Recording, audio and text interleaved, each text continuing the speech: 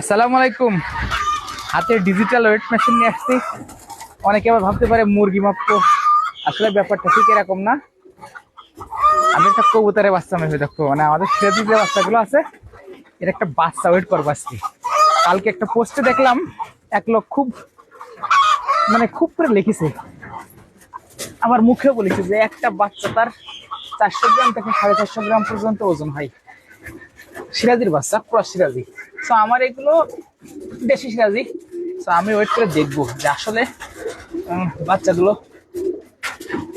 কেমন ওজন আসে। একটা দেশি সিরাজি আর একটা দেশি পায়রা, ওয়েট করে দেখবো। তো পায়রাটা দূরে চলে গেল, ওইটাকে আবার আনতে যেতে হবে। আগে সিরাজির বাচ্চাটাকে দেখি কি অবস্থা। তো এই আছে বাচ্চাটা আমার, মাশাআল্লাহ সিঙ্গেল বাচ্চা হয়েছিল। দেখি সেটার ওয়েট কেমন আসে। এইখানে তো দাঁড়াতো, কত আসছে? 456 গ্রাম, মাশাআল্লাহ এত।